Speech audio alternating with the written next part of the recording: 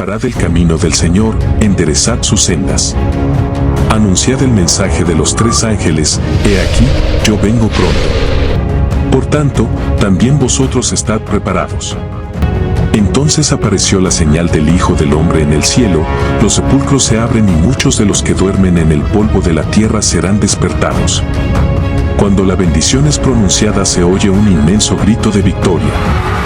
Su gloria cubre los cielos y la tierra se llena de su alabanza.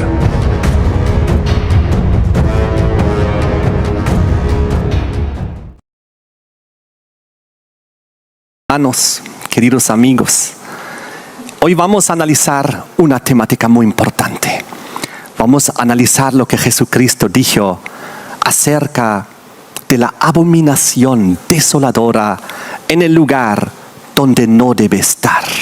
Fue la primera y única vez en el Nuevo Testamento que Jesucristo se refirió de manera directa y literal a un pasaje de la profecía de Daniel. Y hoy lo vamos a ver con detalle, pero antes de comenzar, yo les invito a que nos comuniquemos con Dios en oración.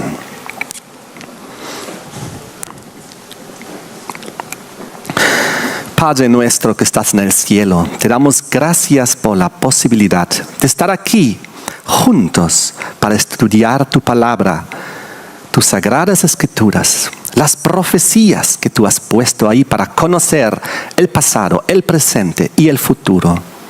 Te pedimos que estés aquí en nuestro corazón con tu Espíritu Santo, que nos acompañes con tus santos ángeles, que nos llenes, Señor, y que salgamos todos felices y bendecidos de este lugar.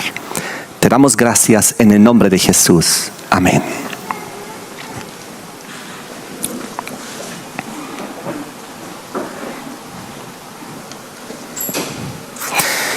Había una promesa original muy hermosa que Dios había hecho a su pueblo.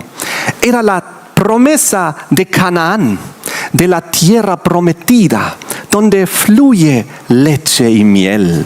Una tierra de libertad, una tierra donde el pueblo de Dios podía adorar a Dios según su conciencia, sin persecuciones, donde podía adorar a Dios y seguir sus mandamientos en libertad, donde no iban a estar bajo el yugo de algún poder pagano. Y de esta manera, en el libro de Hebreos capítulo 11, leemos en los versículos 8 y 9, por la fe, Abraham, siendo llamado, obedeció para salir al lugar que había de recibir como herencia. Porque Abraham vivía en Ur de los Caldeos. Caldea era la tierra de Babilonia. Pero Dios dijo, yo quiero que tú salgas de Babilonia y vayas a la tierra gloriosa, a la tierra de Canaán, que yo te doy como promesa, donde fluye leche y miel, donde vais a ser prosperados y donde me vais a construir una ciudad y un templo. Entonces Abraham obedeció para salir al lugar que había de recibir como herencia. Y en el versículo 9 dice que por la fe habitó como extranjero en la tierra prometida, como en tierra ajena. Qué interesante, ya estaba en la tierra prometida de la herencia que Dios le había prometido, pero como él habitó ahí, era para él como una tierra ajena. Vivía ahí como extranjero. ¿No pensaríamos más bien que él ahora había llegado a su casa y vivía feliz en su tierra prometida? Sigamos leyendo. ¿Por qué fue así? Porque él esperaba la ciudad que tiene fundamentos, cuyo arquitecto y constructor es Dios.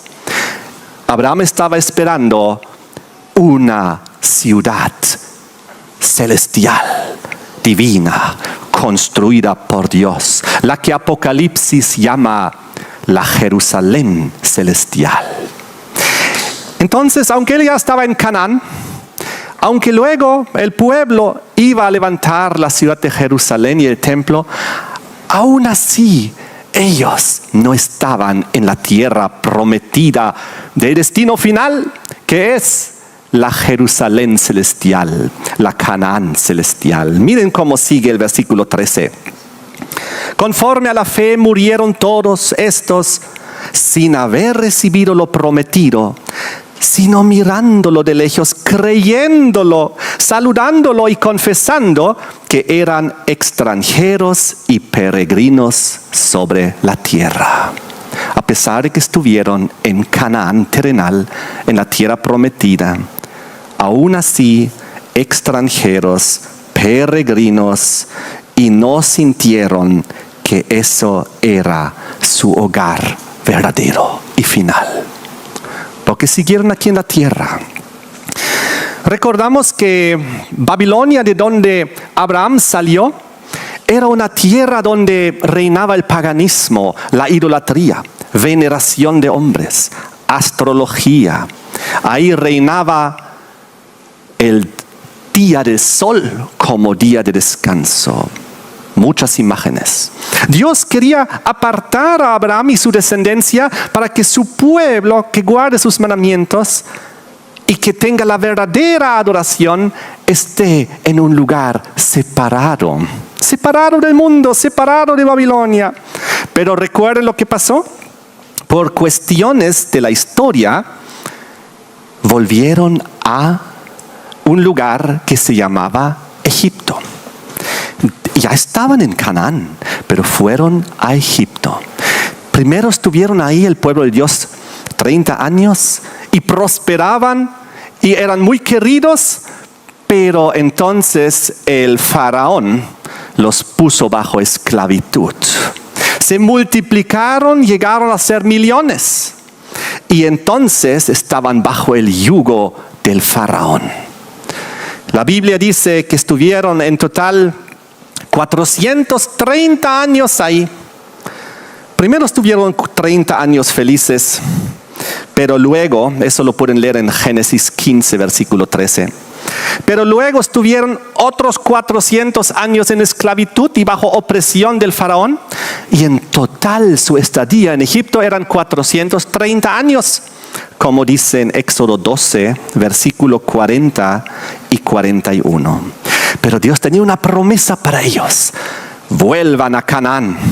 Vuelvan. Porque yo quiero que estén en Canaán, en la tierra prometida, donde fluye leche y miel.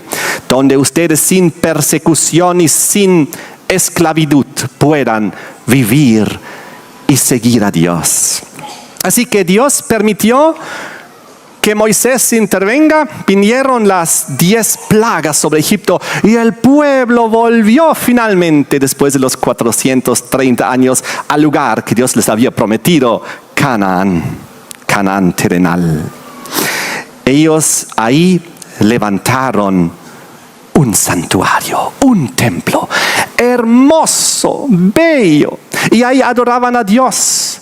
Y ahí ellos estuvieron libres ya del yugo del faraón. Pero ¿qué es lo que les esperaba? Les esperaba una situación muy difícil, porque por haberse alejado con el tiempo de Dios, invadieron los babilonios con Nabucodonosor. Y entonces tomaron preso a los hebreos, los llevaron a Babilonia y destruyeron también en aquel entonces la ciudad, el muro, los palacios, las casas y el templo.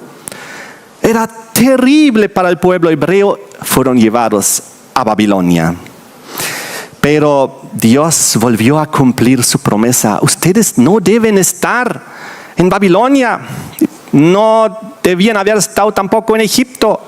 Ustedes deben estar en Canaán, en la tierra prometida, en la tierra gloriosa, donde ustedes pueden adorar a Dios, al verdadero creador de los cielos y de la tierra, aquel que hizo todo en 6 días, en el 7º descansó, aquel que dio las tablas de la ley de los 10 mandamientos, aquel que les inspiró las profecías, aquel que porque les dijeron las profecías que vendría el Mesías, el ungido, el deseado de todas las gentes. Entonces Dios una vez más cumplió esa su promesa, y después de los 70 años en Babilonia volvieron a la tierra de Canaán una vez más. Ya es la tercera vez. ¿Se acuerdan? Primero fue Abraham, casi solo, estaba con pocos familiares. De ahí fueron a Egipto. Luego volvieron a Canaán, esa ya fue la segunda. Luego a Babilonia. Luego volvieron a Canaán, es la tercera. Y entonces, ¿qué pasó en esta tercera? Vino el Imperio Romano. Les quiero hablar acerca de Jerusalén en el tiempo de Jesús. Lo pueden ver aquí en la ilustración cómo era Jerusalén en el tiempo de Jesús, y tenía los muros alrededor de protección. Pero ¿saben qué? Los hebreos cometieron un error histórico, porque ellos habían entrado en una alianza con Roma, que se estaba levantando progresivamente hacia el poder mundial. La relación entre Israel y Roma comenzó así. Israel estaba bajo constante ataque y opresión de Siria. Así que entró en una liga con Roma para conseguir protección de Roma. Solicitó ayuda enviando una embajada a Roma. Y entonces en el año 161 a.C. se firmó la Liga de Amistad y Confederación con Roma. Israel se alió con Roma, pero luego fue sometido por Roma. Porque en el año 63 a.C. vino Pompeyo, tomó Jerusalén y convirtió el pueblo y el territorio del pueblo de Dios en una provincia del Imperio Romano, tributaria bajo yugo romano. Los hebreos ya habían estado una vez bajo yugo del faraón de Egipto. Habían estado bajo el yugo de los emperadores, de los reyes de Babilonia, y ahora iban a estar bajo el yugo de los emperadores romanos. Y uno es destruido por aquello a que se somete. Lamentablemente, ustedes conocen la historia. Bajo el Imperio Romano, Jesucristo fue puesto en una cruz. Ahí estaban los legionarios romanos. Y ahí estaba Herodes y Poncio Pilato. Y después la ciudad de Jerusalén fue destruida por segunda vez. ¿Saben? La primera vez que Jerusalén y el templo fueron destruidos fue bajo Babilonia, bajo Nabucodonosor. Entonces, ustedes conocen la secuencia profética: Babilonia, Medo-Persia, Grecia, Roma.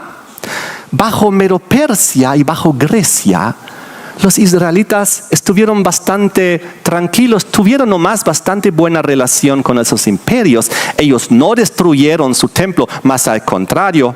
Bajo Medo-Persia, Ciro y Darío dijeron que reconstruyan más bien el templo. Pero entonces vino la cuarta potencia. Según Daniel 2, el cuarto y último metal, Roma, el hierro.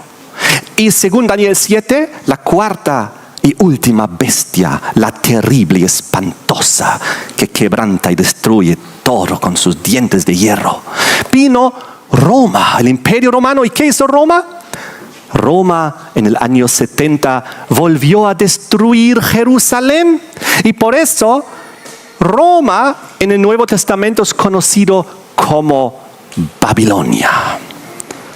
La nueva Babilonia, simbólica, espiritual. Eso es lo que encontramos en la Biblia. Así que, pobres los hebreos, cuando ellos estaban ahora bajo un nuevo yugo, esta vez bajo el yugo del Imperio Romano. Y este yugo era bastante fuerte en comparación a los otros que hubo antes. Les quiero contar cómo fue este yugo terrible. Pues la profecía cuenta que bajo este imperio, que era muy diferente a los anteriores, porque este fue nombrado como la potencia del dragón y como la potencia del enemigo del pueblo de Dios. Muy interesante. Los anteriores imperios, Babilonia, Medo-Persia, Grecia, ninguno de ellos fue descrito proféticamente, bíblicamente, como el enemigo del pueblo de Dios o el dragón. Esto ocurrió en este escenario. Ahora yo les quiero hablar acerca de la profecía de Jesucristo de Mateo 24, donde él en los versículos 1 y 2 dice, cuando los discípulos le muestran el templo, la hermosura del templo, aquí no quedará piedra sobre piedra, todo será derribado. Los discípulos estaban preocupados y preguntaron, ¿cuándo? ¿Cómo será esto? Y Jesús dijo que cuando vean en Mateo 24:15, en el lugar santo, la abominación desoladora, de la cual habló el profeta Daniel, entonces huyan, porque la destrucción habría llegado. Lo mismo nos relata el evangelista Marcos en el capítulo 13, versículo 14.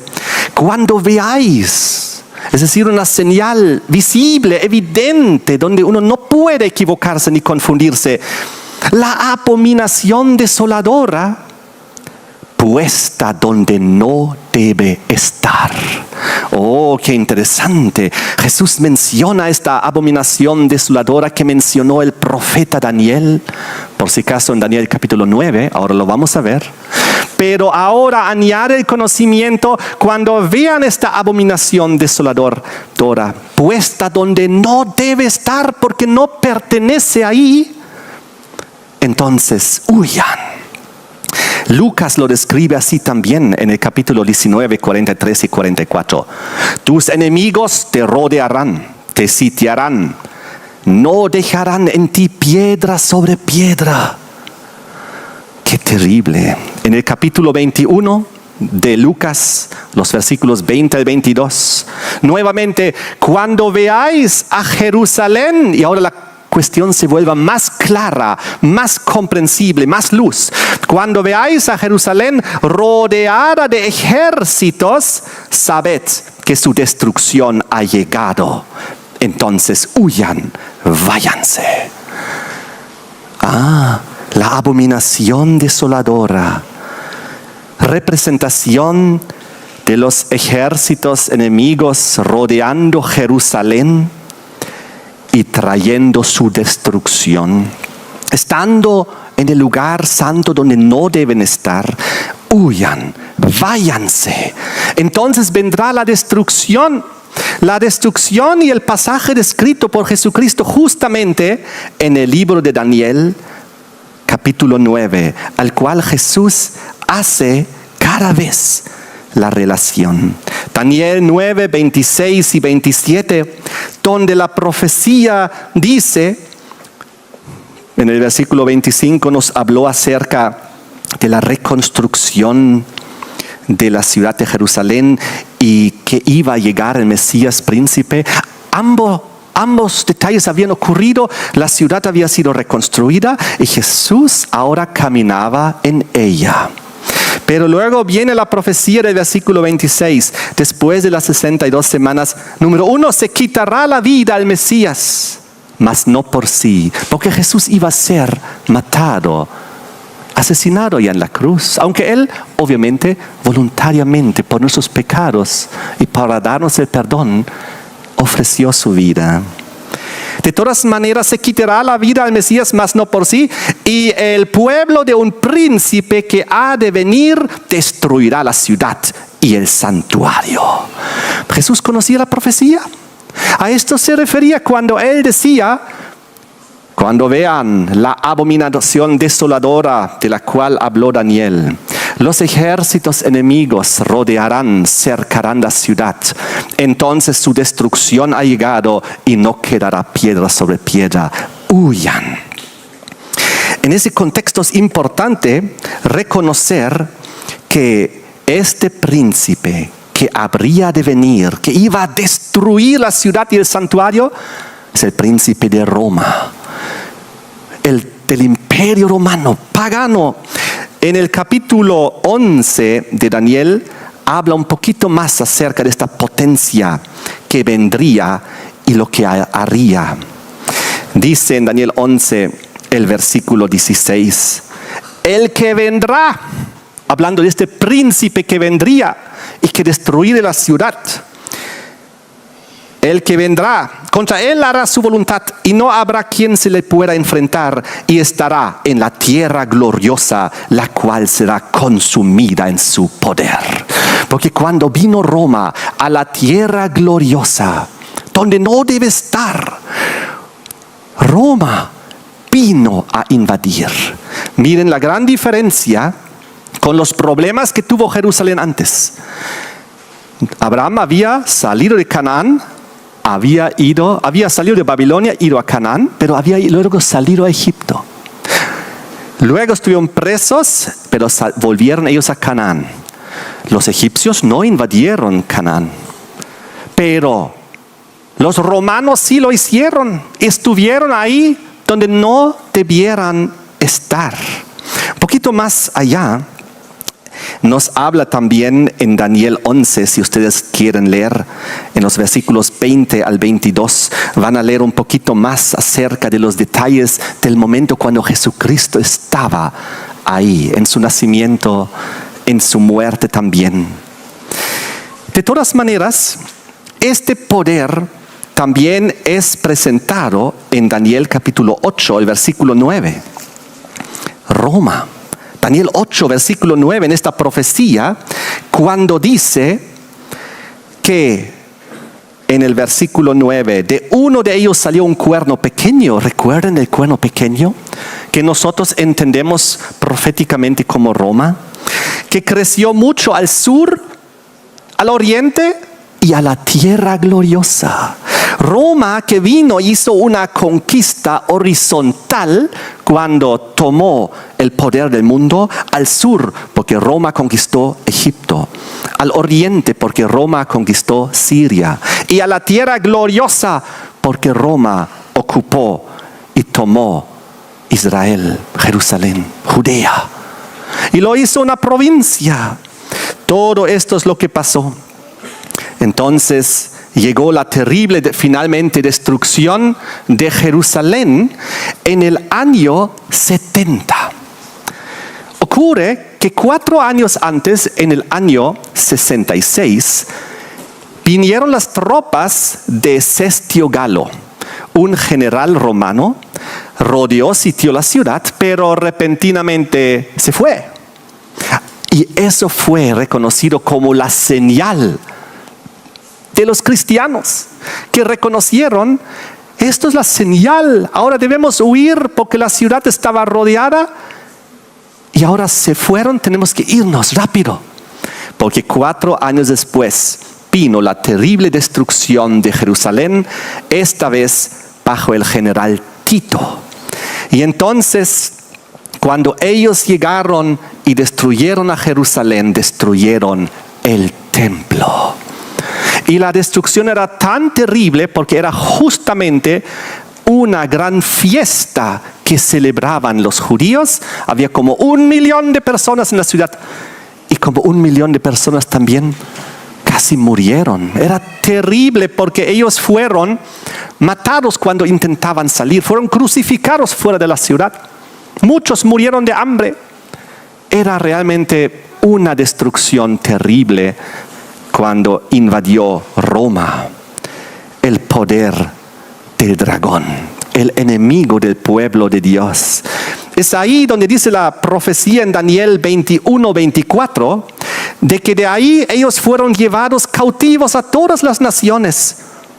Jerusalén fue hollada por los gentiles. Cuando esto ocurrió, les voy a mostrar los estandartes romanos que existían en el Imperio Romano. Un estandarte era el Draco. Este estandarte estaba formado por una cabeza hueca y metálica de dragón o de serpiente, con un cuerpo cilíndrico de tela que se extendería cuando el viento soplara y encontrara por la boca de la cabeza o cuando la unidad realizara una carga.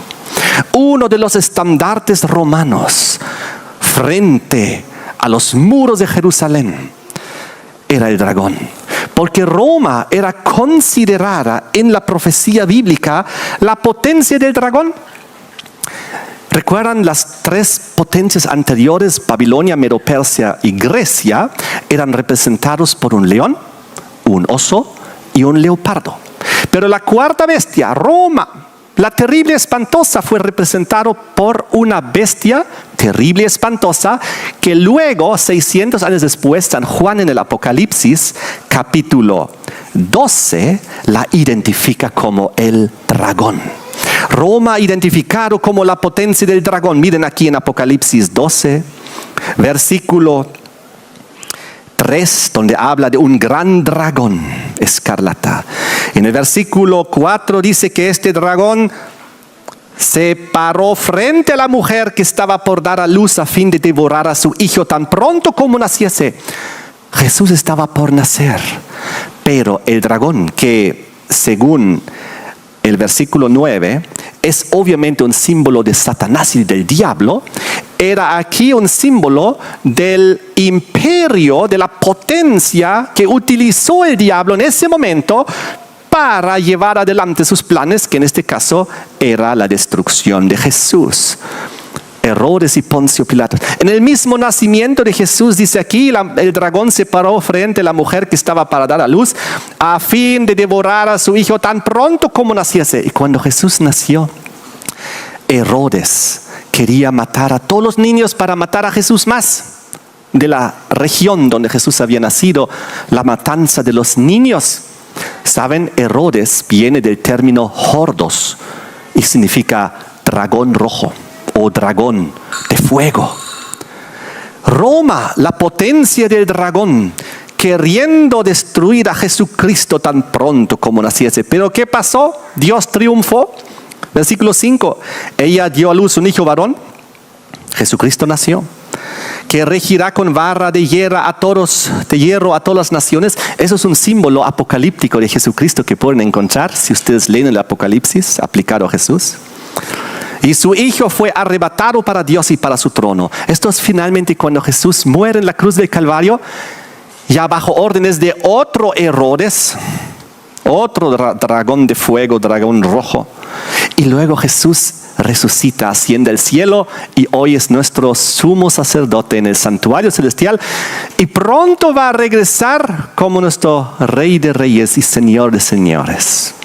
Y entonces, miren este estandarte, el dragón, el Draco, un estandarte frente a los muros de Canaán, invadiendo la tierra prometida donde no debe estar, en el lugar donde debe reinar la verdad, los mandamientos, la verdadera adoración, donde el Mesías vino para darnos esperanza, ser nuestro Salvador de nuestros pecados y darnos vida eterna. En ese lugar Roma vino, invadió el gran dragón. ¿Y Jesús quién era? El Cordero de Dios que quita el pecado del mundo, y invadió el dragón.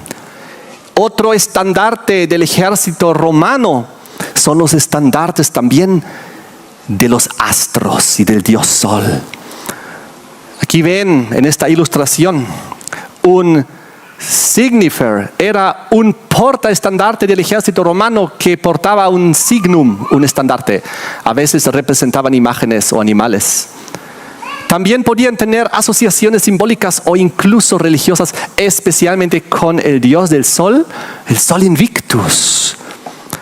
Roma, la potencia del dragón, con la imposición del sol intentaba que Canaán, la tierra gloriosa, el único lugar de la tierra donde se guardaba el santo sábado de Dios, donde se guardaban los 10 mandamientos y el cuarto, el único, porque toda la humanidad alrededor, todas las civilizaciones, todas las antiguas culturas y religiones, todas adoraban al Dios Sol en el día del sol, en el primer día de la semana.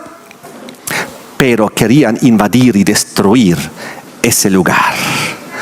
Tuvieron bastante éxito y entonces se dio la famosa transición.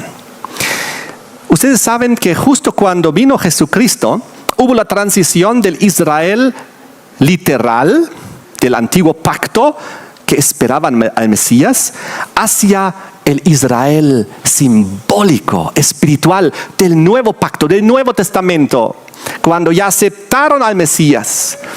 Ustedes pueden leer eso en Daniel 9, 24 al 27, justo en el contexto de la profecía de la abominación desoladora, de que Cristo iba a morir y después la ciudad iba a ser destruida.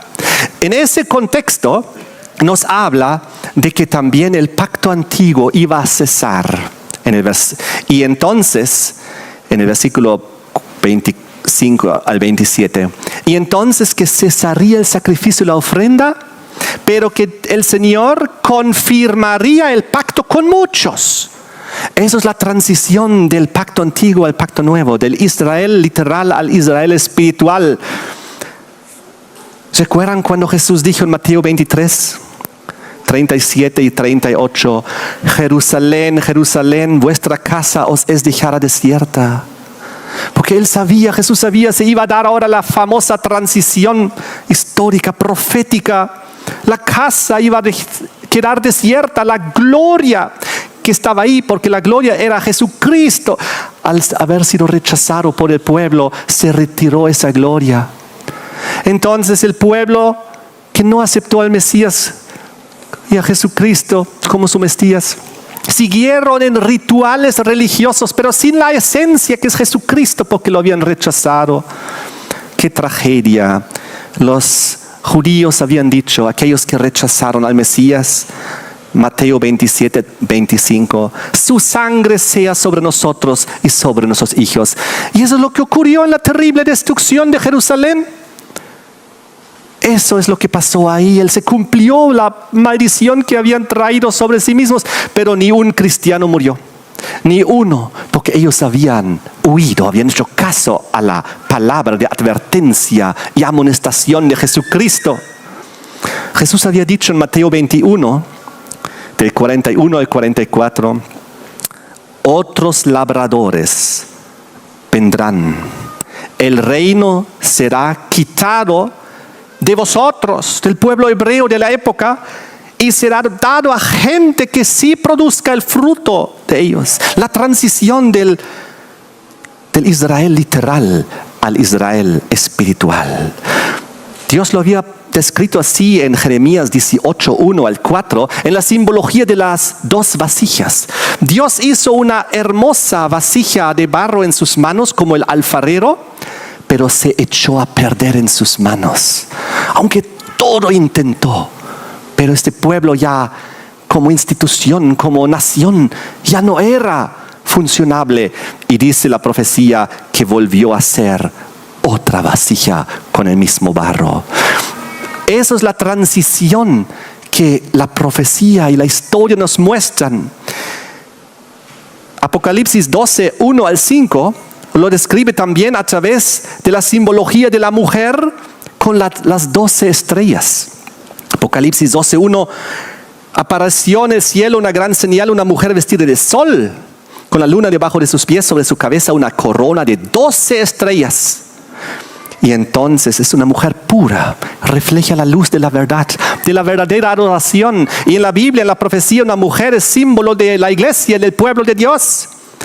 Entonces, ¿qué pasó en esta profecía? Ahora viene el dragón, se para frente a la mujer para devorar su hijo tan pronto como naciese, en el versículo 4.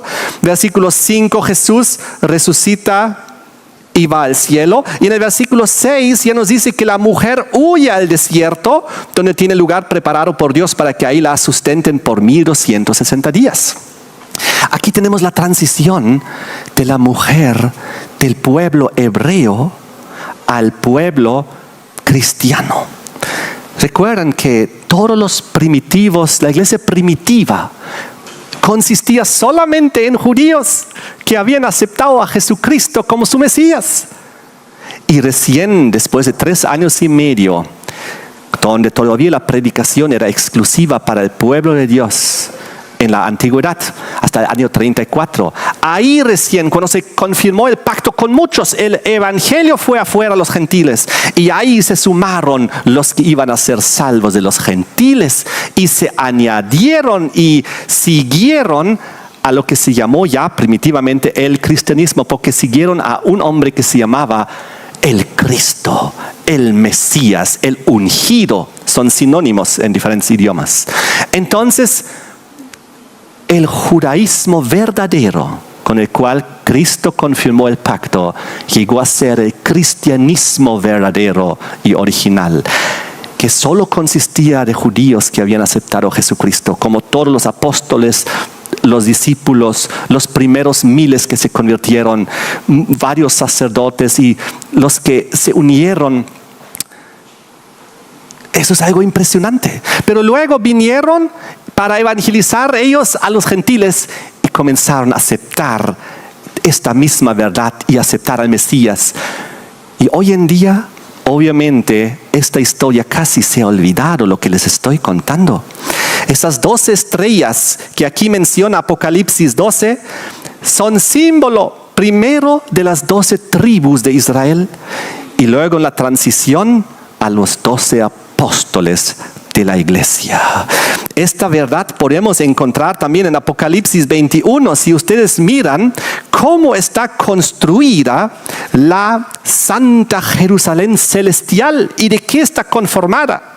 En Apocalipsis 21, versículo 12, por ejemplo, ustedes pueden ver que hay 12 puertas allá en la Jerusalén celestial y nombres inscritos que son los de los 12 tribus de los hijos de Israel.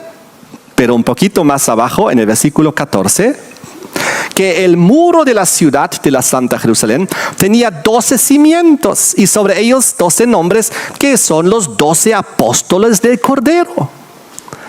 Aquí vemos cómo Dios hizo una transición poderosa, pero Él la considera finalmente también como una unidad, pero en 2 fases, con el mismo barro que hizo la primera vasija que se echó a perder en su mano, hizo la segunda.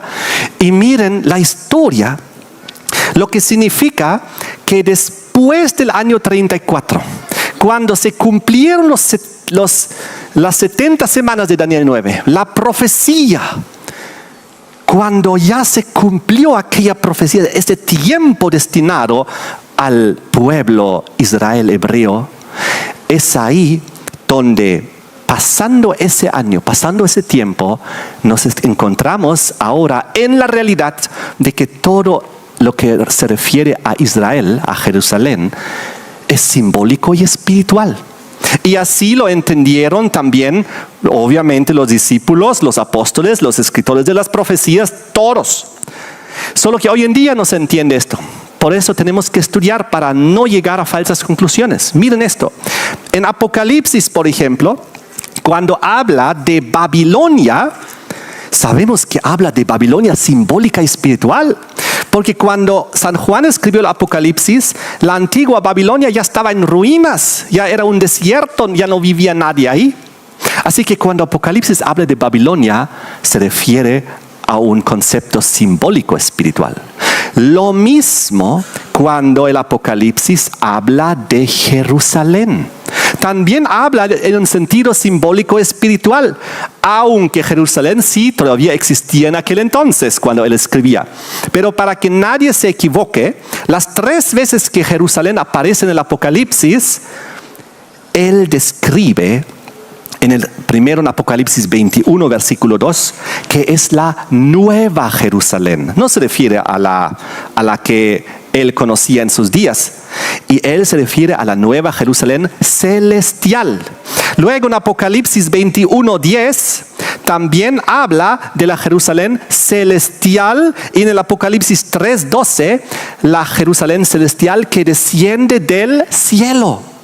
Cada vez cuando en el Apocalipsis se habla de Jerusalén, las 3 veces, para que nadie se equivoque, la nueva Jerusalén celestial que desciende del cielo. No se equivoquen, no estamos hablando de la Jerusalén literal del antaño, que fue destruido en el año 70 bajo Tito, cuando Roma vino al lugar donde no debía estar, y con la abominación desoladora, abominación de la profecía bíblica en la Biblia, es muchas veces relacionado a la idolatría desoladora, porque destruye, y eso fue justamente el carácter de Roma.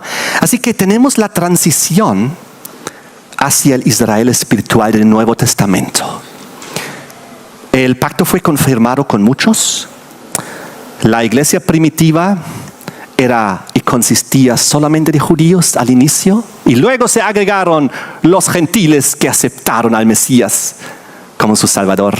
Pueden leer en Hechos 11:26 que por primera vez fueron llamados cristianos ahí los judíos que siguieron a Cristo Jesús. Primera de Pedro 2:9 y 10.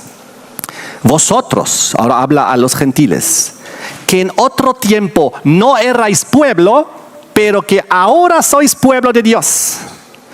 En Gálatas 3, versículo 9, 28 y 29 dice: ya no hay judío ni griego, sino todos vosotros sois uno en Cristo Jesús. Porque Cristo derrumbó ese muro que hubo en aquel entonces. Dice también: si vosotros sois de Cristo, ciertamente sois linaje de Abraham, herederos según la promesa. Si algún gentil acepta a Jesús como su Mesías, ahora él es de Cristo, y ahora ciertamente él es linaje de Abraham, heredero de la promesa. ¿Qué promesa recibió Abraham? Canaán. Pero Canaán lo perdió cuando invadió Roma. Roma hizo algo que ni Babilonia, ni Medo-Persia, ni Grecia hicieron.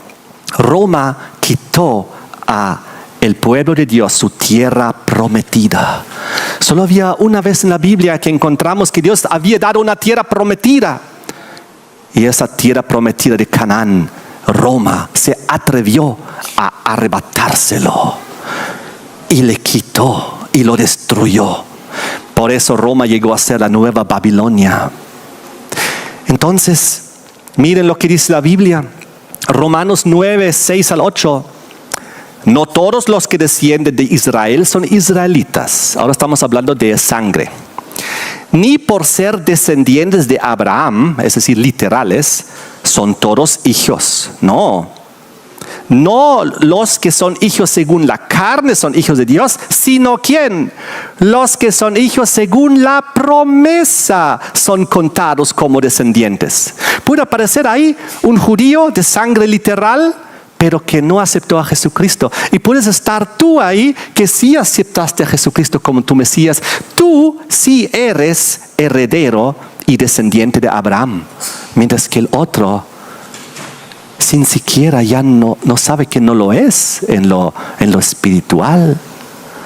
Porque no es lo que cuenta la sangre, es lo que cuenta la fe y la aceptancia de Jesucristo como el Mesías. Miren, Romanos 2, 28 y 29. No es judío el que lo es exteriormente, sino que es el judío el que lo es en el interior, dice, en el corazón, en el espíritu. Tú eres judío, tú eres hebreo, tú eres israelita. Si tú has aceptado a Jesucristo como tu Mesías, tú has sido acepto para ser heredero de la promesa de Canaán. ¿Pero de qué Canaán? La Canaán literal de Medio Oriente, donde todo el tiempo hay conflicto y guerra y problemas.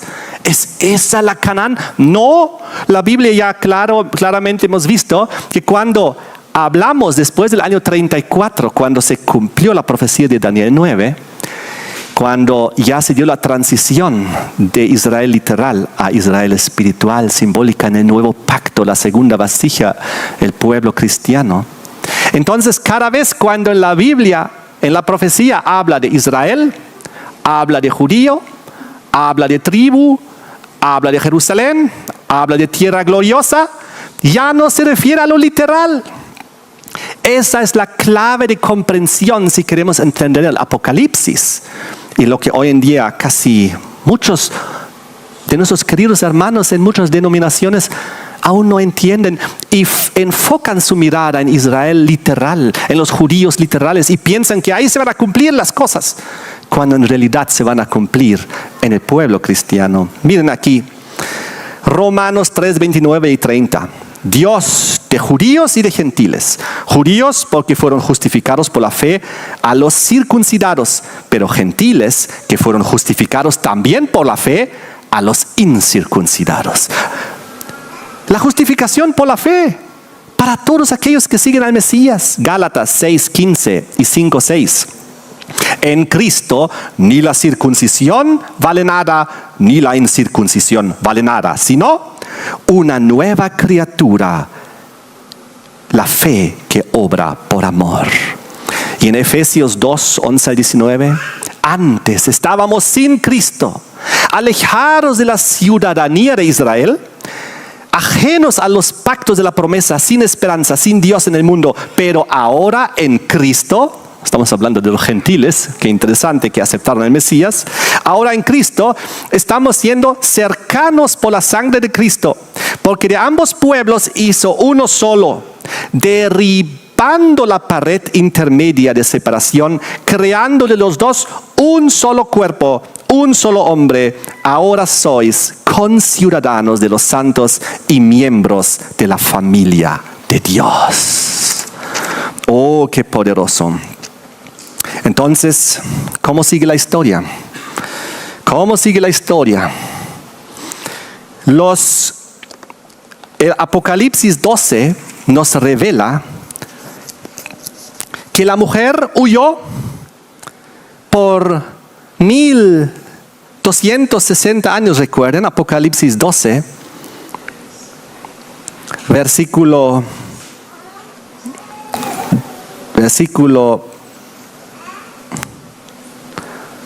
6. La mujer huyó al desierto, donde tiene lugar preparado por Dios para que la sustenten por 1260 días. Ahora estamos en la fase del cristianismo. El cristianismo creció, pero el cristianismo llegó a estar bajo el poder, esta vez no del faraón de Egipto, ahora llegó a estar bajo el poder de Roma papal, durante la Edad Media.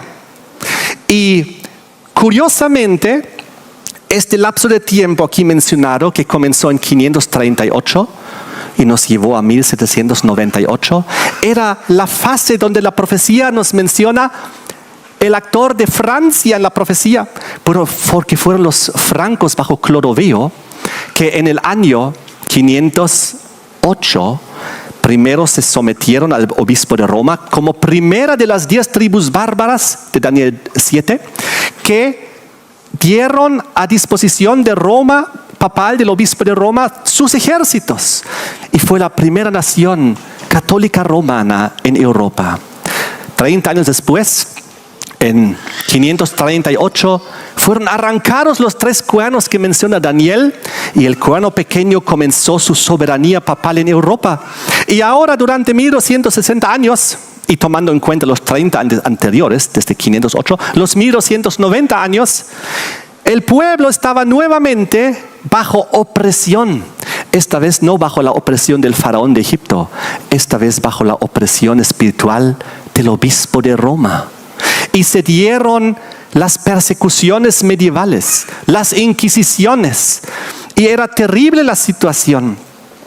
Y dice, la mujer fue llevada al desierto, simbólico. Recuerdan que el pueblo, cuando fue sacado de Canaán, estaban en el desierto en Egipto 430 años.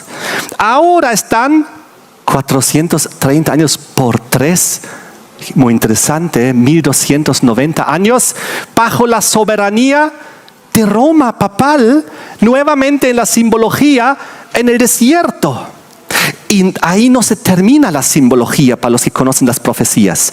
En Apocalipsis 11 nos menciona en el versículo 8 de que al cabo de este lapso de tiempo, que ustedes pueden ver nuevamente en el versículo 2 y versículo 3, donde nos habla de los 1260 días, el versículo 8 nos dice que sus cadáveres están en la plaza de la grande ciudad, que en sentido espiritual se llama Sodoma, y Egipto, donde también nuestro Señor fue crucificado. Qué interesante, en contexto de los 1260 años y los 1290, cuando ya llegamos al final de ese tiempo, en el tiempo del fin, en 1798, el pueblo estuvo simbólicamente en el desierto, como en Egipto. Aquí mismo la profecía menciona espiritualmente, simbólicamente, Egipto. Pero no estaban bajo la opresión del faraón, estaban bajo la opresión del obispo de Roma en esa época. ¿Y qué pasó? El pueblo estaba ahí y el pueblo anhelaba Canaán. Anhelaba un lugar donde podían adorar a Dios según su conciencia. Anhelaban un lugar donde eran libres y no tenían que ser perseguidos. Y entonces llegamos hacia el fin de los tiempos y según estas profecías, fíjense cómo Dios interviene y ahora en la segunda aplicación promete una tierra como solución a su pueblo. Apocalipsis 12, y aquí lo pueden ver en el versículo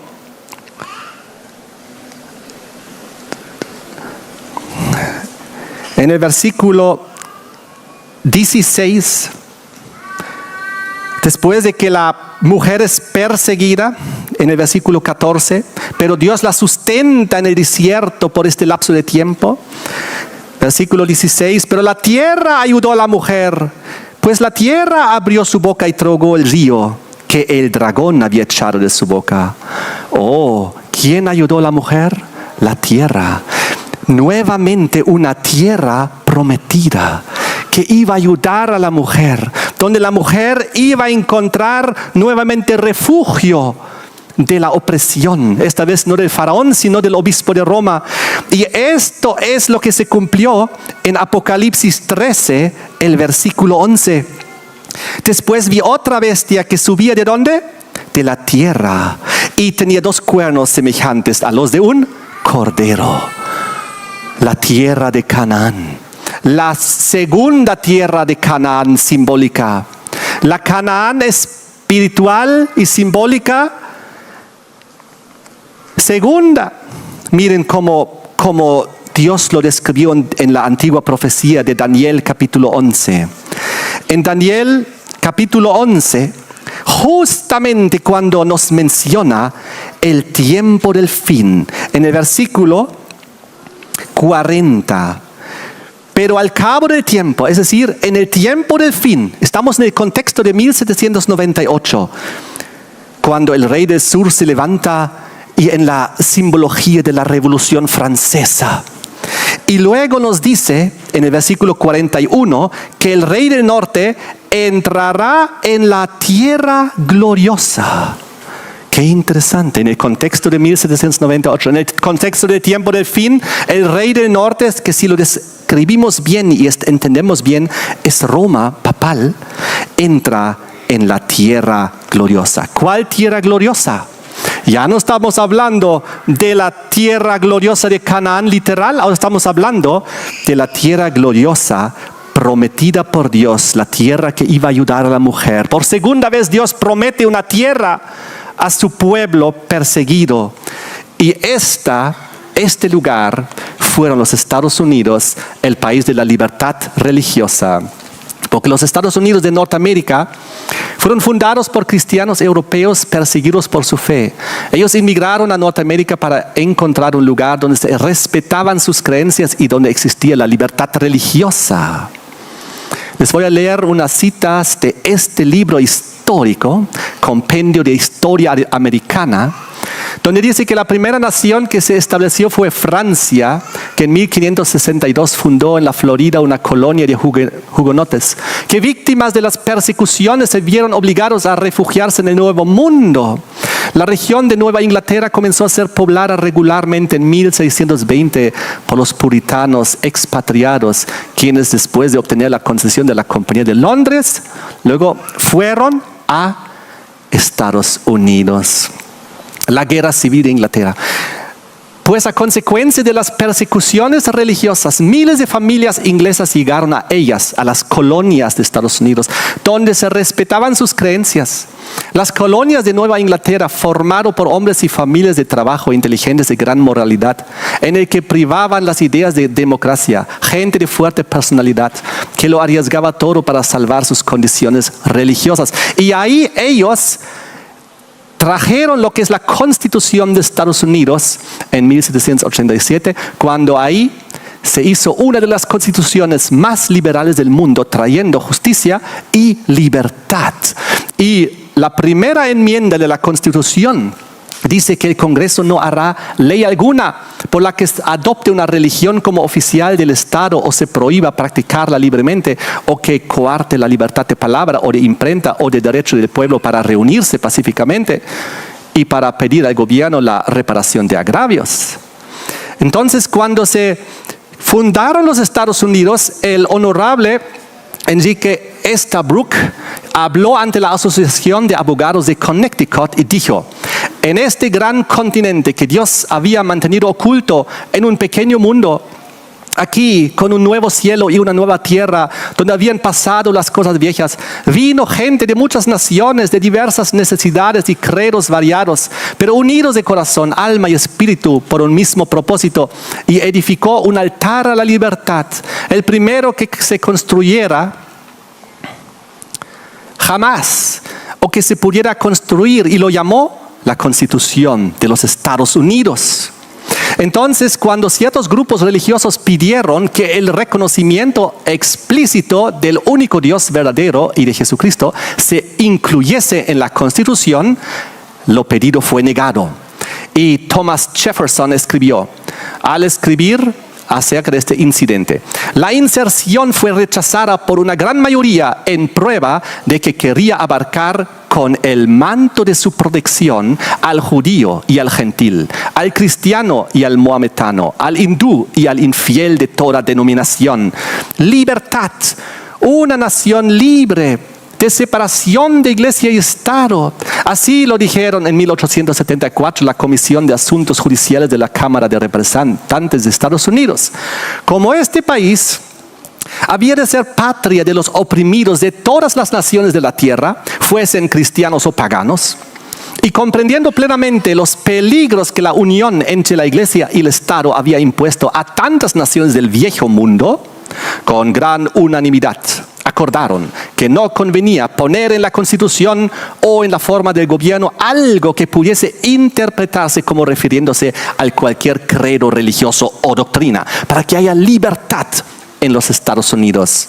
Y Thomas Jefferson también escribió, era uno de los padres fundadores de Estados Unidos: contemplo con reverencia soberana este acto de todo el pueblo estadounidense, que declaró que su legislatura no debía hacer ninguna ley respecto al establecimiento de la religión, ni prohibir su libre ejercicio, construyendo así un muro de separación entre la iglesia y el Estado. Y James Madison, autor principal de la Constitución, también hizo referencia a la separación de iglesia y Estado. ¿Y por qué es tan necesaria?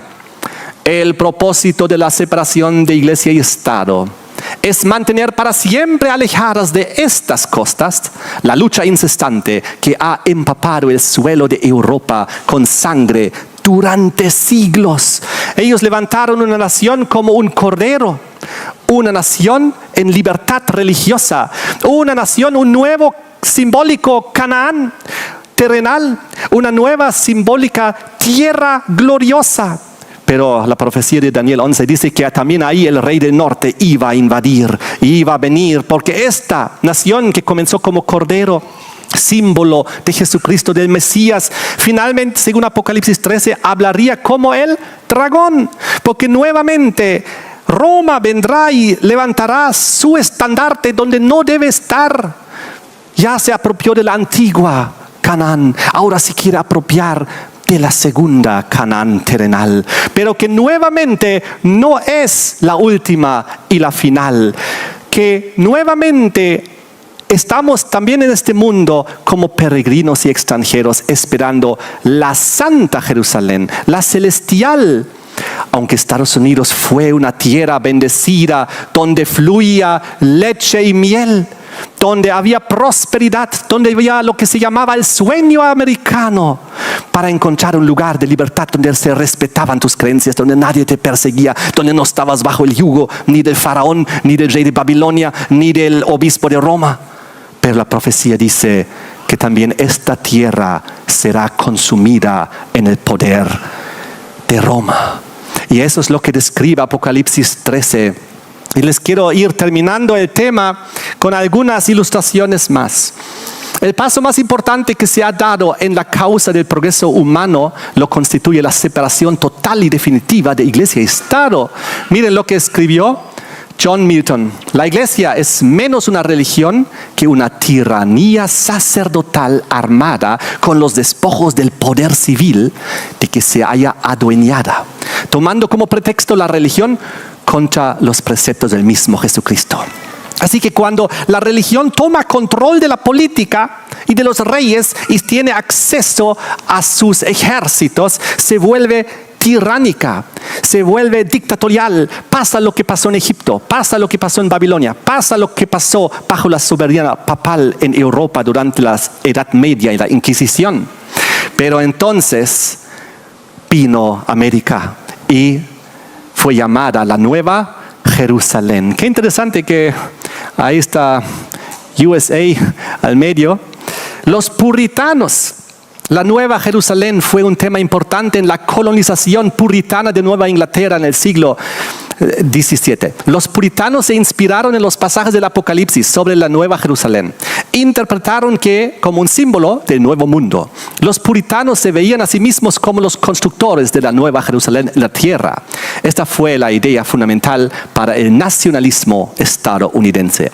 Inclusive los santos de los últimos días, ellos vieron la Nueva Jerusalén como en América del Norte. Y hay muchos lugares en Estados Unidos que se llaman Jerusalén. Hay un Jerusalén en Arkansas, un Jerusalén en Maryland, un Jerusalén en Michigan, un Jerusalén en Nueva York, un Jerusalén en Ohio, un Jerusalén en Rhode Island, un Jerusalén en Virginia y en otros lugares. Porque ellos se han creído Estados Unidos como, según la promesa, el lugar de refugio, la segunda Canaán terrenal. Pero ¿qué dice la profecía? Apocalipsis 13 describe el panorama profético del tiempo del fin, donde los dos grandes poderes, los dos grandes roles cristianos, el Vaticano, que es presentado como la primera bestia o potencia de Apocalipsis 13, y Estados Unidos de América, que es presentado como la segunda bestia de Apocalipsis 13, entran en una alianza. Y finalmente los Estados Unidos le levantan una imagen a la primera bestia, Roma cristiana papal. Las dos potencias que surgieron de la Biblia, el Vaticano, una potencia que dice ser cristiana, Estados Unidos, una potencia también del protestantismo, dice ser cristiana también, pero ambos, lamentablemente en el protestantismo apóstata, alejados de los principios, y se levanta algo que es una imagen hacia la bestia. Quiero terminar con cosas muy curiosas de la actualidad reciente. Donald Trump, justo antes del cónclave en Roma para elegir un nuevo obispo de Roma, dijo que él quisiera ser el papa. Donald Trump dijo: me gustaría ser papa. Esa sería mi opción número 1. A pocos días del cónclave que elegirá el sucesor de Francisco, el presidente de Estados Unidos bromea con la posibilidad de convertirse en pontífice y también publicó una imagen suya como presidente de Estados, como si fuese el obispo de Roma, como si fuese el papa, y la puso en su perfil oficial de Donald Trump en la Casa Blanca, visto por millones. Y entonces él dijo acerca del candidato de Estados Unidos, de que él no tengo un favorito, pero hay un cardenal de un sitio llamado Nueva York, que es muy bueno, veremos qué ocurre. Él quería que un cardenal estadounidense llegue al poder y finalmente ocurrió. Llegó a ser el primer papa estadounidense, Robert Prevost, el Papa León XIV. Y Trump dijo que es un honor que sea el primer papa estadounidense. Es histórico esto, porque antes los papas siempre eran de Europa, o mayormente. Y recién el anterior papa era de América, de Sudamérica. Y ahora Roma se estaba acercando a Estados Unidos, ya estaba en América, pero abajo. Y ahora con la nueva elección, ¡pum!, subió arriba. Ahora tenemos por primera vez en la historia un papa estadounidense que tomó el nombre de León XIV. Y los anteriores leones que hubo eran, por ejemplo, el Papa León XIII, con su encíclica Rerum Novarum, donde él pedía la legislación dominical en favor del trabajador. También aseveraba ser Dios en la tierra. León X era el papa de las indulgencias, de la venta del perdón de los pecados en la época de la Reforma Protestante y de las persecuciones medievales. Y el León I, el primero de los papas llamados León, era un defensor fuerte de Roma que contribuyó significativamente al desarrollo de las ideas sobre la autoridad papal. Pedro ha hablado a través de León. Como papa asumió el título de Pontifex Maximus que había abandonado los emperadores romanos desde 382. Lo que estamos viendo venir es una preparación para que la abominación desoladora, donde no debe estar, está comenzando a levantar sus estandartes. Está comenzando a prepararse para tomar los Estados Unidos de América, la segunda Canaán, de la cual hablaba la profecía, pero que también es solo pasajera, porque también es solo temporal, porque todos anhelamos la patria celestial, la Canaán celestial, que será la nueva Jerusalén celestial, que será la aplicación final y el destino final al donde nos dirigimos. Y después de los 1000 años, dice Apocalipsis 20, si ustedes leen ahí, versículos 7 y 9, y 21, versículos 7 y 8, 2 y 8, ustedes van a leer de que del cielo, después de los 1000 años, cuando el conflicto habrá terminado, bajará la nueva Jerusalén, la santa, la celestial, la divina. Y entonces, dice la Biblia, tras los 1000 años se dará la segunda resurrección. Y una vez más rodearán la ciudad amada. Una vez más la querrán tomar, pero Dios los destruirá allá. En la segunda muerte, dice Apocalipsis 20 y 21. Esto para que ustedes tengan el contexto. Todo el conflicto global es alrededor de Canaán, para de una vez vivir en la tierra que Dios ha prometido de libertad religiosa, de sin persecución, donde podemos adorar a Dios según nuestra conciencia, según los dictados de los 10 mandamientos, el santo sábado, la verdadera adoración. De eso se trata todo el conflicto. Pero Roma una y otra vez, o Babilonia, o Egipto, han intentado arrebatárselo al pueblo de Dios. Y ahora estamos en la lucha final, porque ahora le toca a Estados Unidos la simbólica y espiritual tierra gloriosa del Nuevo Testamento ser tomada por Roma. Y ser tomada, y ahí ya están puestos los estandartes donde no deben estar. Es cuestión de poco tiempo que Estados Unidos será destruida espiritualmente y religiosamente, perderá su libertad religiosa y civil. Volverá la Edad Media y las persecuciones, pero el pueblo de Dios estará firme, porque sabrá que después de esto, cuando venga Jesucristo, luego los 1000 años, y luego viene finalmente la Jerusalén verdadera, final, que siempre hemos esperado, la promesa, el cumplimiento final de la promesa que siempre hemos esperado. Y ahí estaremos con la bendición de Dios. Ya no seremos extranjeros ni peregrinos aquí en la tierra, sino obtendremos la herencia final, la Canaán celestial, la patria eterna, divina por siempre. Y todo este conflicto habrá terminado. Que Dios nos bendiga con este conocimiento y que Dios nos ayude para serle fiel y alcanzar. Queridos hermanos, tenemos cada vez más señales de que el último cumplimiento de la abominación desoladora, donde no debe estar, con sus estandartes, se está levantando en la tierra gloriosa del nuevo pacto, simbólicamente y espiritualmente. Estados Unidos, la tierra prometida que ayudó a la mujer, donde de esa tierra se levantó esa nación, donde ellos mismos creyeron y reconocieron que esa es la nueva Canaán. Estamos viendo cómo Roma está colocando sus estandartes, se ha acercado más y más para tomar control de Estados Unidos con la imposición de la marca de la bestia y con la ley dominical. Y Estados Unidos también será consumida en su poder. Y vendrán los últimos eventos difíciles. Ahora es tiempo de que nosotros también, como en aquel entonces, hagamos claramente nuestra decisión y nos establezcamos en el campo, lejos de las grandes ciudades, que seamos autónomos, autosuficientes, solo dependientes de Dios, buscando refugio en el campo donde Dios nos va a dar todo lo que necesitamos para la crisis venidera. Estamos en tiempos muy importantes con señales muy claras.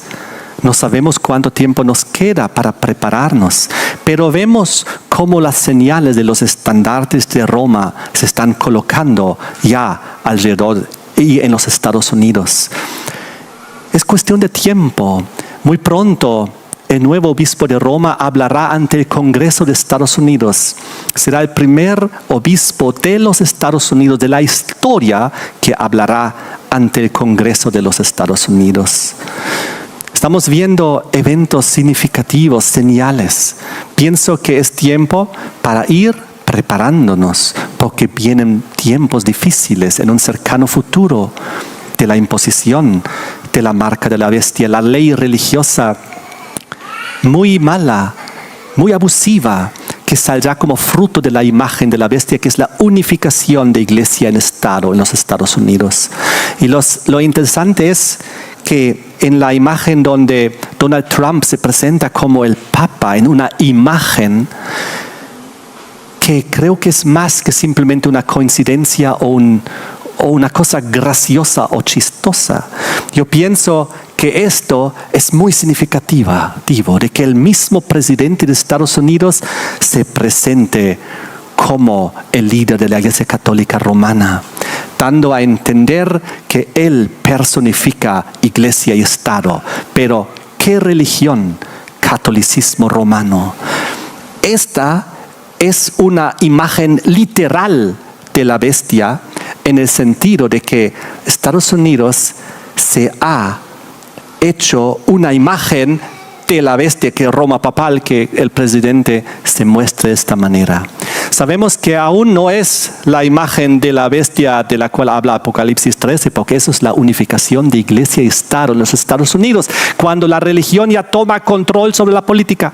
Pero esto ya es un aviso de lo porvenir, de que Roma está pronto controlando y tomando control espiritual y religioso de esa nación.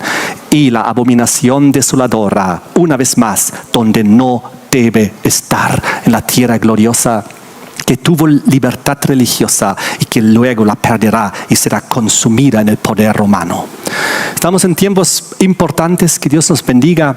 Terminemos con una oración para que Dios nos pueda ayudar a reflexionar con todo lo que hemos estudiado.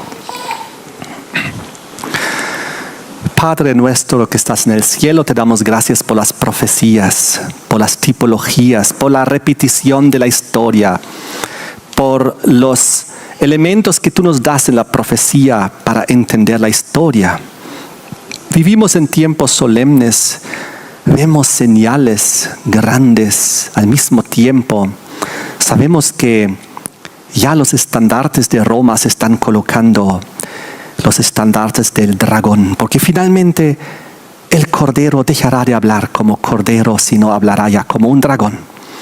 porque Roma tomará control una vez más con la veneración de hombres, con la idolatría, con la salvación de obras, con el día del sol como falso día de la semana. Todo eso está por venirse. Será muy religioso el sistema, igual como lo fue en Babilonia, en Egipto, en la antigua Roma, igual en esta última constelación, muy religioso, pero totalmente equivocado, falsa adoración, imposición de mandamientos de hombres contrarios a las leyes de Dios. Te pedimos que nos ayudes a reconocer las señales, que nos prepares que también nosotros podamos establecernos en el campo para prepararnos para estos conflictos finales y sobre todo recordar que este mundo, aquí estamos pasajeros, solo como extranjeros, transitoriamente, porque nosotros tenemos otra patria que es celestial, la Jerusalén celestial, la Canaán celestial, que finalmente habitaremos, donde fluya leche y miel, una tierra eterna de prosperidad, una tierra eterna de libertad, una tierra eterna de verdadera adoración, una tierra eterna de salud, de vida, de felicidad.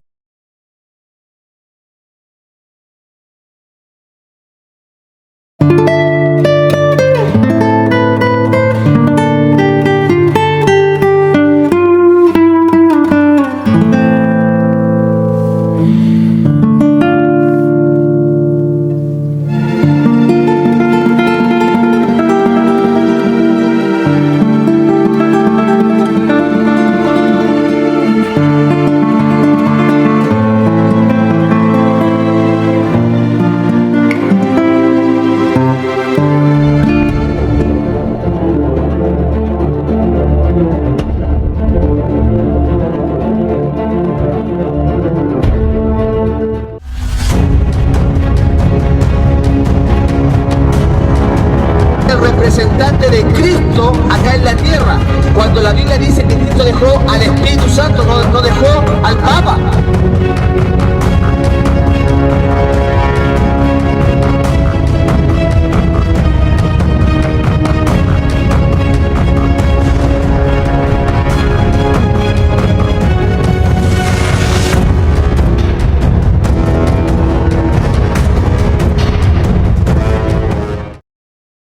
Damos gracias a Dios por el mensaje recibido que nos ayuda a nuestro beneficio espiritual.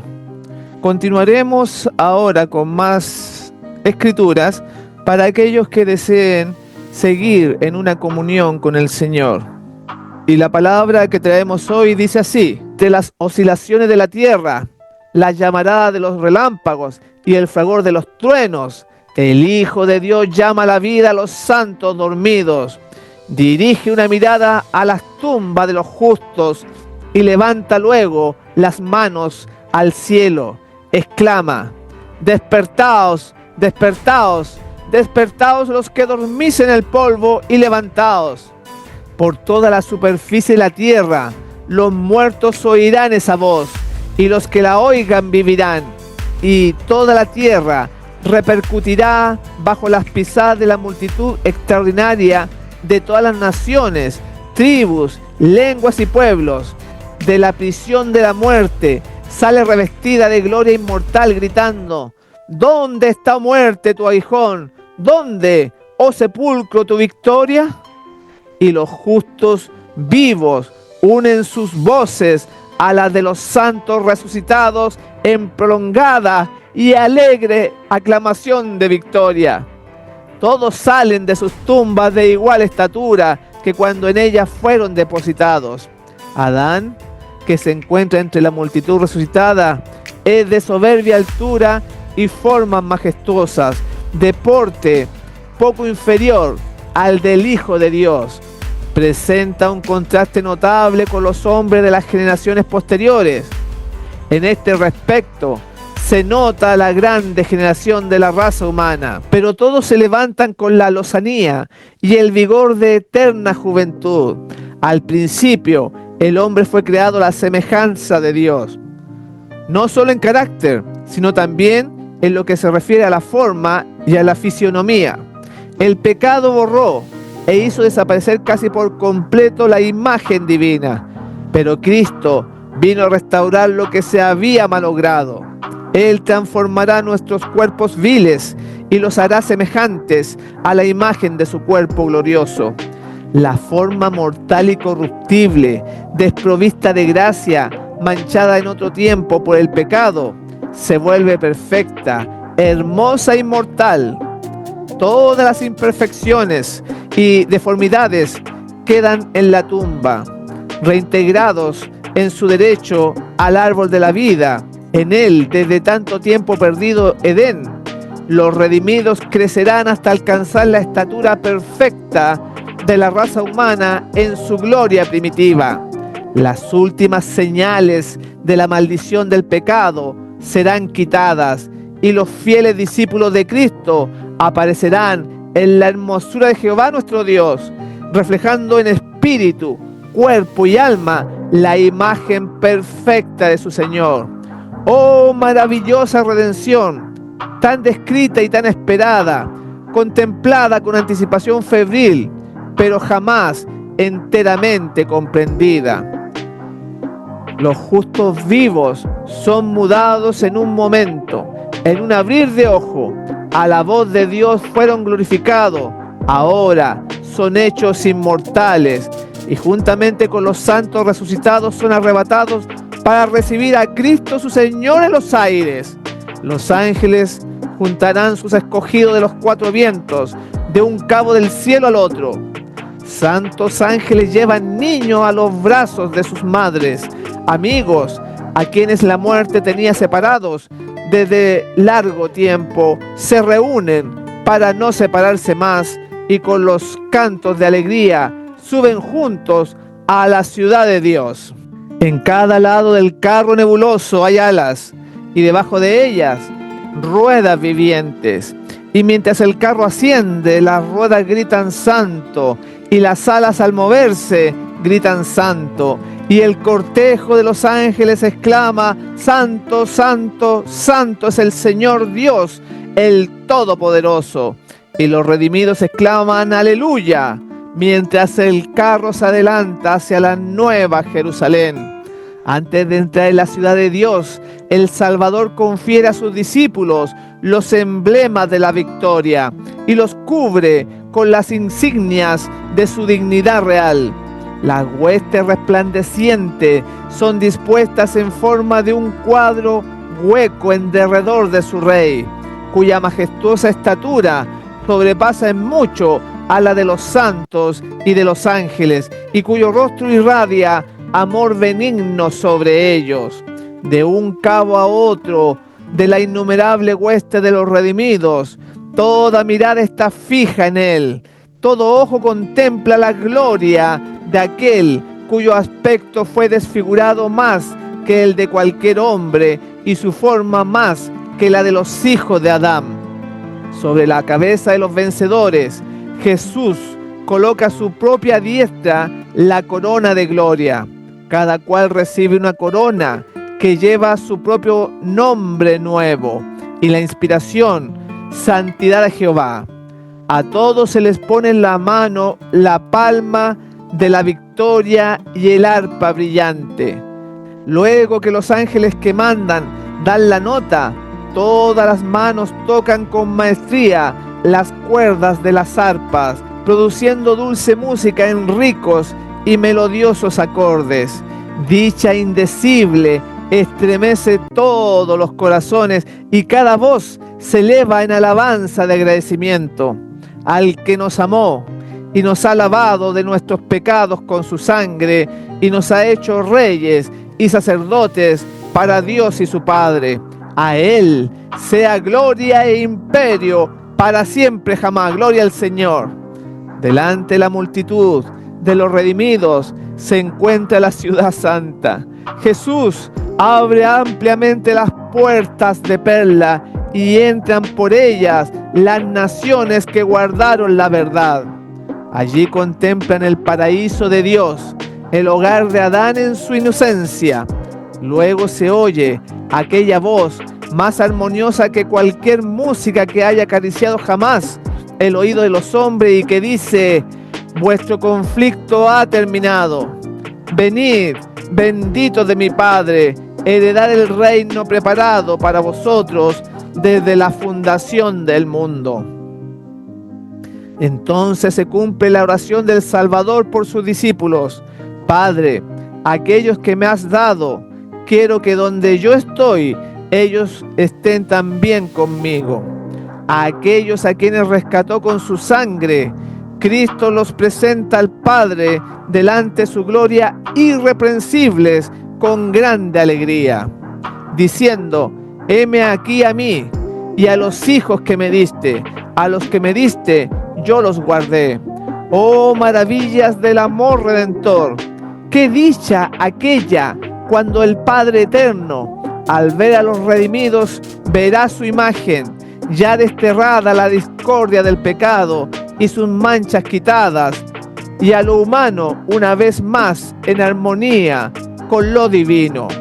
Con amor inexpresable, Jesús admite a sus fieles en el gozo de su Señor. El Salvador se regocija al ver en el reino de gloria las almas que fueron salvadas por su agonía y humillación. Y los redimidos participarán de este gozo al contemplar entre los bienvenidos a aquellas a quienes ganaron para Cristo por sus oraciones, sus trabajos y sacrificios de amor. Al reunirse en torno del gran trono blanco, indecible alegría llenará sus corazones cuando noten a aquellos a quienes han conquistado para Cristo y vean que uno ganó a otros y estos otros más para ser todos llevados al puerto de descanso, donde depositarán sus coronas a los pies de Jesús y le alabarán durante los siglos sin fin de la eternidad. Cuando se da la bienvenida a los redimidos en la ciudad de Dios, un grito triunfante de admiración llena los aires. Los dos Adanes están a punto de encontrarse. El Hijo de Dios está en pie con los brazos extendidos para recibir al Padre de nuestra raza, al ser que Él creó, que pecó contra su Hacedor y por cuyo pecado el Salvador lleva las señales de la crucifixión. Al distinguir a Adán las cruentas señales de los clavos, no se echa en los brazos de su Señor, sino que se prosterna humildemente a sus pies, exclamando: digno, digno es el Cordero que fue inmolado. El Salvador lo levanta con ternura y le invita a contemplar nuevamente la morada edénica de la cual ha estado desterrado por tanto tiempo. Después de su expulsión del Edén, la vida de Adán en la tierra estuvo llena de pesar. Cada hoja marchita, cada víctima ofrecida en sacrificio, cada ajamiento en el hermoso aspecto de la naturaleza, cada mancha en la pureza del hombre, le volvían a recordar su pecado. Terrible fue la agonía del remordimiento cuando notó que aumentaba la iniquidad y que en contestación a sus advertencias se le tachaba de ser el mismo causa del pecado. Con paciencia y humildad soportó por cerca de 1000 años el castigo de su transgresión. Se arrepintió sinceramente de su pecado y confió en los méritos del Salvador prometido y murió en la esperanza de la resurrección. El Hijo de Dios reparó la culpa y caída del hombre y ahora, merced a la obra de propiciación, Adán es restablecido a su primitiva soberanía. Transportado de dicha, contempla los árboles que hicieron una vez su delicia, los mismos árboles cuyos frutos recogiera en los días de su inocencia y dicha. Ve las vides que sus propias manos cultivaron, las mismas flores que se gozaba en cuidar en otro tiempo. Su espíritu abarca toda la escena, comprende que este es, en verdad, el Edén restaurado, y que es mucho más hermoso ahora que cuando él fue expulsado. El Salvador le lleva al árbol de la vida, toma su fruto glorioso y se lo ofrece para comer. Adán mira en torno suyo y nota una multitud de los redimidos de su familia que se encuentra en el paraíso de Dios. Entonces arroja su brillante corona a los pies de Jesús y, cayendo sobre su pecho, abraza al Redentor. Toca luego el arpa de oro y por las bóvedas del cielo repercute el canto triunfal. Digno, digno, digno es el Cordero que fue inmolado y volvió a vivir. La familia de Adán repite los acordes y arroja sus coronas a los pies del Salvador, inclinándose ante él en adoración. Presencia en esta reunión los ángeles que lloraron por la caída de Adán y se regocijaron cuando Jesús, una vez resucitado, ascendió al cielo después de haber abierto el sepulcro para todos aquellos que creyesen en su nombre. Ahora contemplan el cumplimiento de la obra de la redención y unen sus voces al cántico de alabanza.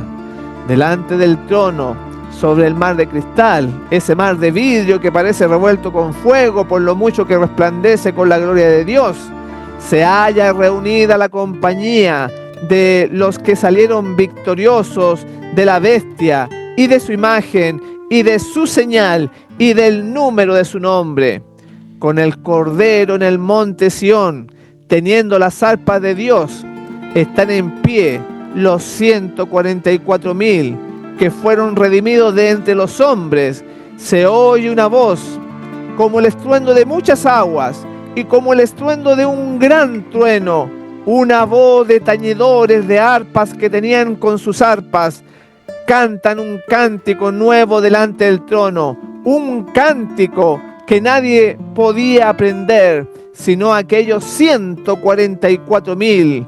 Es el cántico de Moisés y del Cordero, un canto de liberación. Ninguno si los 144,000 pueden aprender aquel cántico, pues es el cántico de su experiencia. Una experiencia que ninguna otra compañía ha conocido jamás. Son estos los que siguen al Cordero por donde quiera que fuere. Habiendo sido trasladados de la tierra de entre los vivos, son contados por primicias para Dios y para el Cordero. Estos son los que han venido de gran tribulación. Han pasado por el tiempo de angustia, cual nunca ha sido desde que ha habido nación. Han sentido la angustia del tiempo de la aflicción de Jacob. Han estado sin intercesor durante el derramamiento final de los juicios de Dios. Pero han sido librados, pues han lavado sus ropas y las han blanqueado en la sangre del Cordero. En sus bocas no ha sido hallado engaño. Están sin mácula delante de Dios. Por esto están delante del trono de Dios y le sirven día y noche en su templo. Y el que está sentado sobre el trono tenderá su pabellón sobre ellos. Han visto la tierra asolada con hambre y pestilencia, al sol que tenía el poder de quemar a los hombres con un intenso calor. Y ellos mismos han soportado padecimientos, hambre y sed. Pero no tendrán más hambre ni sed, y el sol no caerá sobre ellos, ni otro ningún calor, porque el Cordero que está en medio del trono los pastoreará y los guiará a fuentes vivas de aguas. Y Dios limpiará toda lágrima de los ojos de ellos. En todo tiempo, los elegidos del Señor fueron educados y disciplinados en la escuela de la prueba. Anduvieron en los senderos angostos de la tierra, fueron purificados en el horno de la aflicción. Por causa de Jesús sufrieron oposición, odio y calumnias. Le siguieron a través de luchas dolorosas, se negaron a sí mismos y experimentaron amargos desengaños. Por su propia dolorosa experiencia conocieron los males del pecado, su poder, la culpabilidad que entraña y su maldición, y lo miran con horror.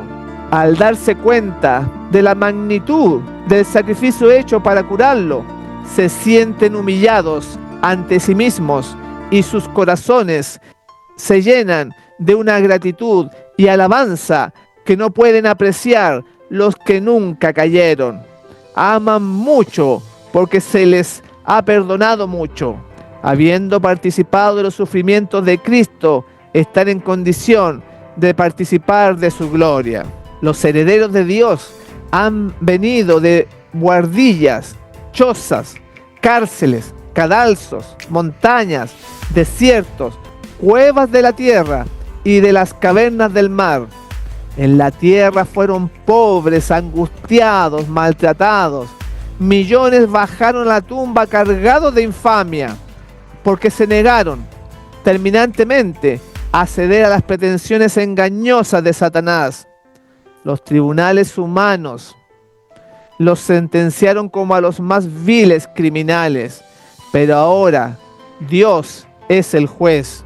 Ahora los fallos de la tierra son invertidos. Quitará la afrenta de su pueblo y los llamarán pueblo santo, redimidos de Jehová. Él ha dispuesto darles gloria en lugar de ceniza, óleo de gozo en lugar de luto, manto de alegría en lugar del espíritu angustiado. Ya no seguirán siendo débiles, afligidos, dispersos y oprimidos. De aquí en adelante estarán siempre con el Señor. Están ante el trono más ricamente vestidos que jamás lo fueron los personajes más honrados de la tierra. Están coronados con diademas más gloriosas que las que jamás ciñeron los monarcas de la tierra. Pasaron para siempre los días de sufrimiento y llanto. El Rey de Gloria ha secado las lágrimas de todos los semblantes. Toda causa de pesar ha sido alejada. Mientras agitan las palmas, dejan oír un canto de alabanza, claro, dulce y armonioso. Cada voz se une a la melodía hasta que entre las bóvedas del cielo repercute el clamor: salvación a nuestro Dios, que está sentado sobre el trono, y al Cordero. Amén. La bendición y la gloria y la sabiduría y la acción de gracias y la honra y la potencia y la fortaleza sean a nuestro Dios para siempre jamás. Aleluya. En esta vida podemos apenas empezar a comprender el tema maravilloso de la redención. Con nuestra inteligencia limitada podemos considerar con todo fervor la ignominia y la gloria, la vida y la muerte, la justicia y la misericordia que se tocan en la cruz. Pero ni con la mayor tensión de nuestras facultades mentales llegamos a comprender todo su significado. La largura y anchura, la profundidad y la altura del amor redentor se comprenden tan solo confusamente. El plan de la redención no se entenderá por completo, ni siquiera cuando los rescatados vean cómo serán vistos ellos mismos y conozcan cómo serán conocidos. Pero a través de las edades sin fin, nuevas verdades se desplegarán continuamente ante la mente admirada y deleitada. Aunque las aflicciones, las penas y las tentaciones terrenales hayan concluido, y aunque la causa de ellas hayan sido suprimidas, el pueblo de Dios tendrá siempre un conocimiento claro e inteligente de lo que costó su salvación. La cruz de Cristo será la ciencia y el canto de los redimidos durante toda la eternidad. En el Cristo glorificado contemplarán al Cristo crucificado.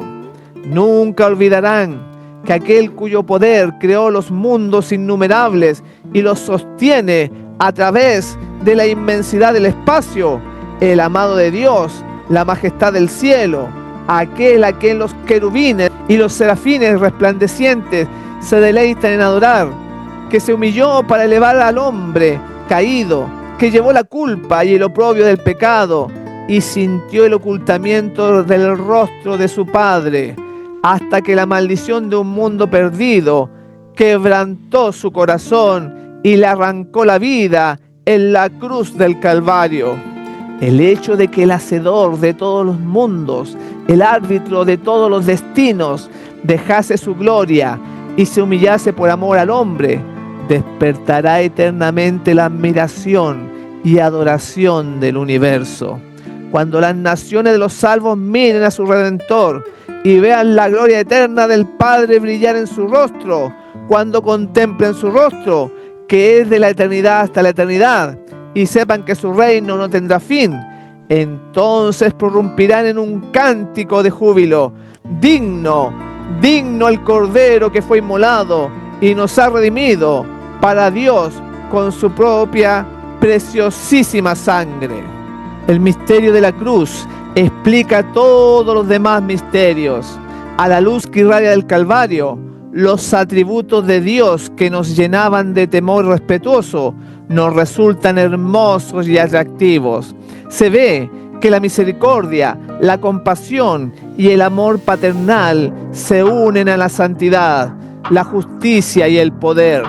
Al mismo tiempo que contemplamos la majestad de su trono, tan grande y elevado, vemos su carácter en sus manifestaciones misericordiosas y comprendemos como nunca antes el significado del apelativo conmovedor Padre nuestro. Se echará de ver que aquel cuya sabiduría es infinita no hubiera podido idear otro plan para salvarnos que el del sacrificio de su Hijo. La compensación de este sacrificio es la dicha de poblar la tierra con seres rescatados, santos, felices e inmortales. El resultado de la lucha del Salvador contra las potestades de las tinieblas es la dicha de los redimidos, la cual contribuirá a la gloria de Dios por toda la eternidad. Y tal es el valor del alma que el Padre está satisfecho con el precio pagado. Y Cristo mismo, al considerar los resultados de su gran sacrificio, no lo está menos.